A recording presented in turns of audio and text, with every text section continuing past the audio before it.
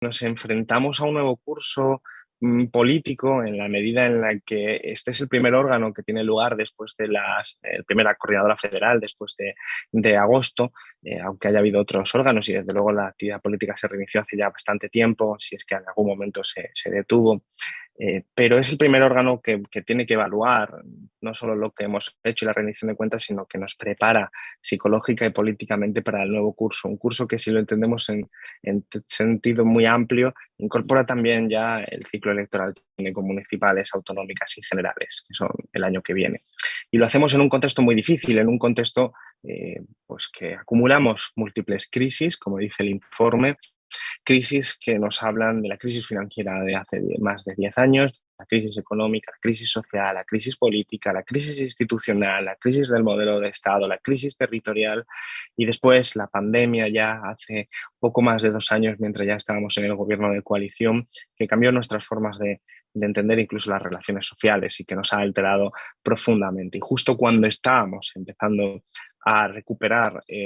una nueva normalidad, deviene una crisis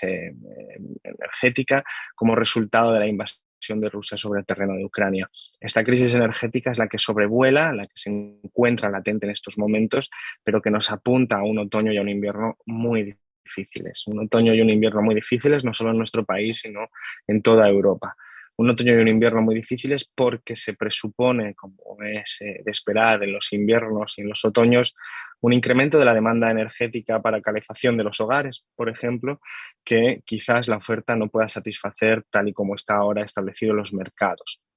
Esta crisis, por lo tanto, lo que hace es sumar dificultades a las familias trabajadoras españolas, sumar frustración, sumar una serie de circunstancias desagradables para la mayoría social, que se pueden sintetizar, sin agotar todos los problemas, en tres dimensiones. La dimensión financiera, la subida de los tipos de interés de la Reserva Federal y del Banco Central Europeo no solo es una subida errónea desde el punto de vista económico, en mi opinión, porque nos deviene y nos lleva a una recesión que puede incrementar las tasas de desempleo y que va a frenar la economía en un sentido muy brusco y además, como siempre, muy asimétricamente, sino que también va a tener un perjuicio sobre aquellas familias que tienen préstamos hipotecarios concedidos a tipo variable, que son muchas en nuestro país. Junto a esto, unas facturas energéticas, una situación energética en general, de suministros como la electricidad o el gas, que se venían encareciendo antes de la crisis como consecuencia de los cuellos de botella, como consecuencia de los cambios en la demanda internacional, de la especulación, del agotamiento de los combustibles fósiles y que ahora mismo se encuentra en una situación crítica que lleva obligando al Gobierno de España y también ahora a la Comisión Europea a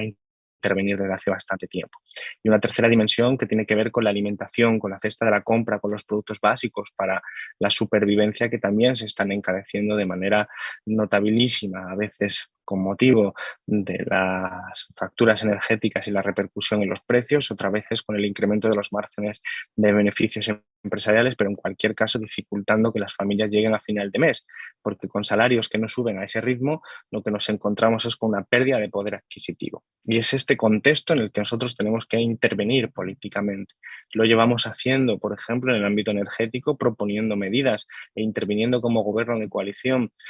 anticipándonos a lo que ahora está haciendo la Comisión Europea, interviniendo el mercado energético,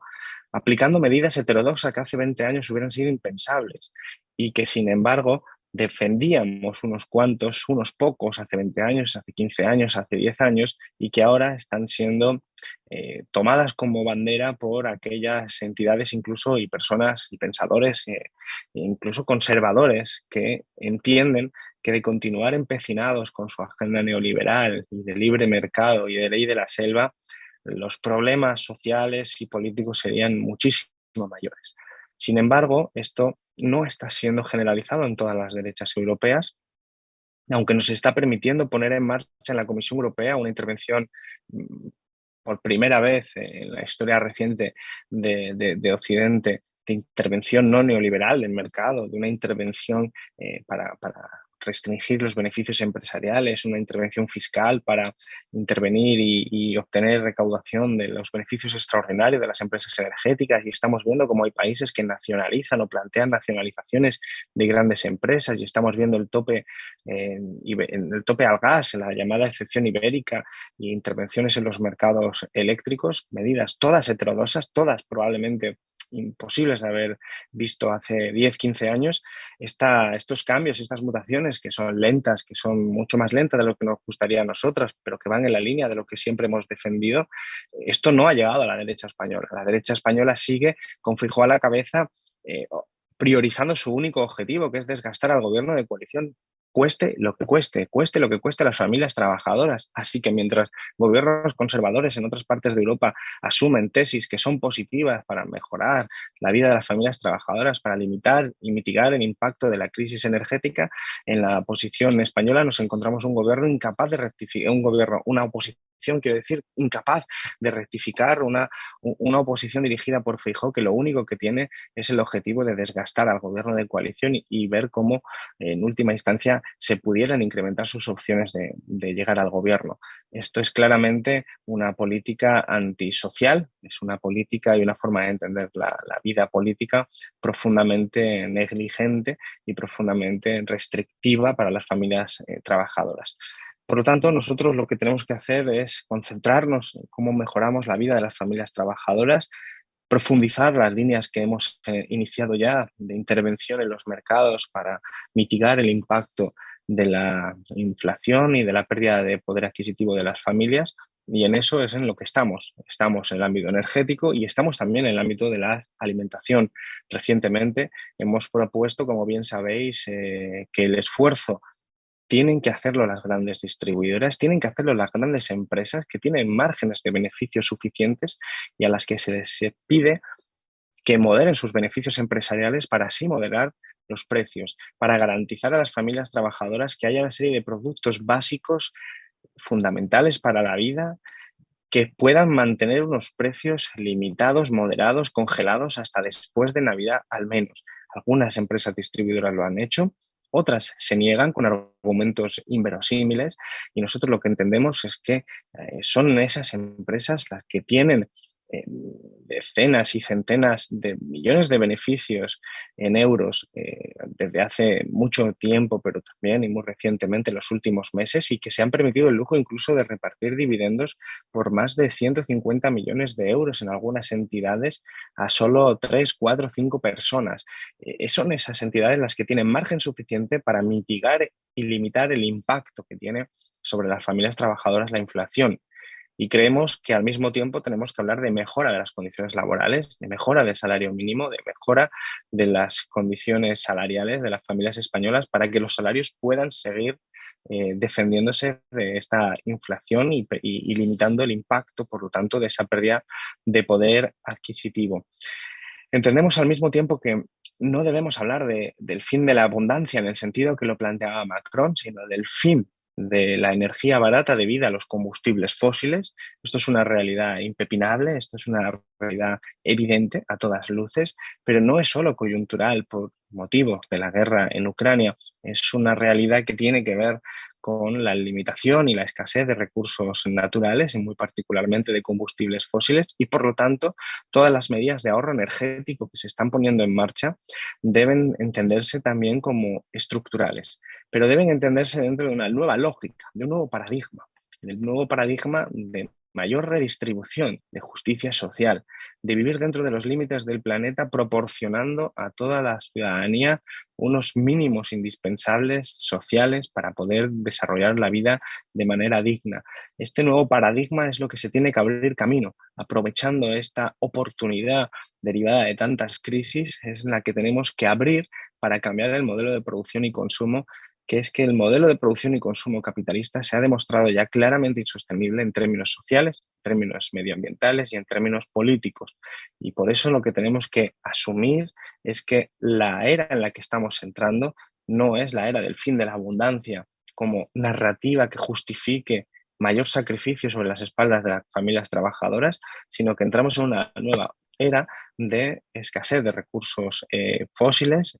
concreto de energía barata, y que por lo tanto lo que toca es hablar de redistribución y nos toca hablar de un nuevo modelo de producción y consumo para vivir dentro de los límites del planeta. Estos planteamientos son los que vamos a ir viendo cómo se van abriendo camino en un contexto muy difícil, en un contexto que, como decía al principio, y con esto termino,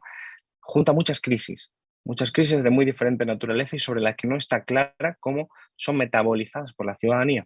políticamente, quiero decir. Y por lo tanto, mientras vemos ascensos de las extremas derechas en toda Europa, la obligación de la izquierda es estar a la altura de las circunstancias, proporcionando instrumentos a la ciudadanía que vean que la política es útil, que vea que la política sirve para subir los salarios, que la política sirve para proteger su poder adquisitivo, que la política sirve para que se viva mejor. Y esto es, en última instancia, la filosofía subyacente a nuestra izquierda, que tiene que ser capaz de navegar todas estas dificultades sociales, políticas, geopolíticas incluso,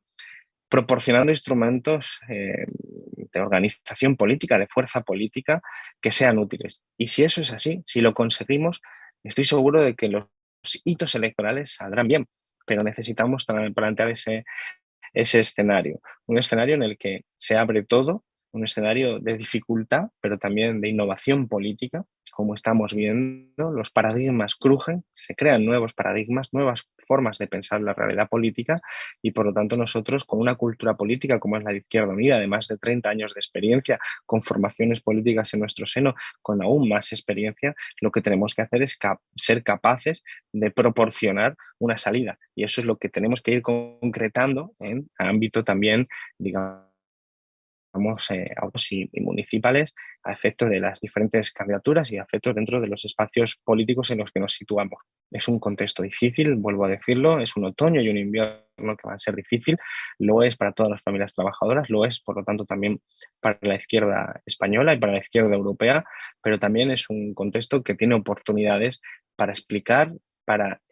que nuestras medidas, como decía antes, que fueron rechazadas generalmente hace 20 años, ahora se abren camino. Y si se abren camino es porque nuestro diagnóstico era correcto y porque las soluciones también lo son. Y es este el contexto en el que nos encontramos en este nuevo curso. Así que espero que aquellas personas en las que no lo hemos podido ver todavía hayáis podido recargar pilas, hayáis podido bueno, acumular fuerzas para que podamos abordar colectivamente esta nueva fase que, como decimos, tiene muchas dificultades, que son las dificultades de las familias trabajadoras, pero también tiene la oportunidad de corregir muchos de los problemas que nos han traído hasta aquí, hasta estas múltiples crisis. Y para eso hace falta que tengamos virtudes que yo creo que tenemos y creo que podemos desarrollar política e institucionalmente. Nada más, muchísimas gracias.